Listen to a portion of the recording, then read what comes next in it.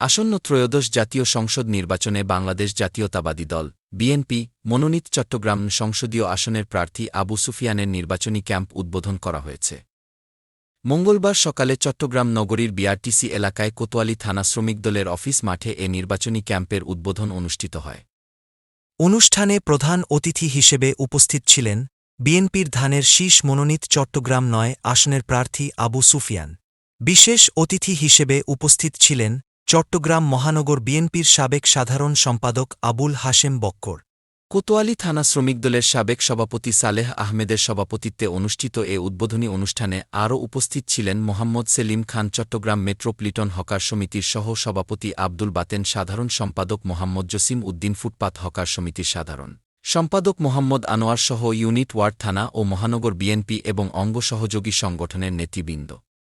বক্তারা তাদের বক্তব্যে বলেন, গণতন্ত্র পুনরুদ্ধার ও জনগণের ভোটাধিকার প্রতিষ্ঠার লক্ষ্যে বিএনপি ঐক্যবদ্ধভাবে নির্বাচনী মাঠে কাজ করছে।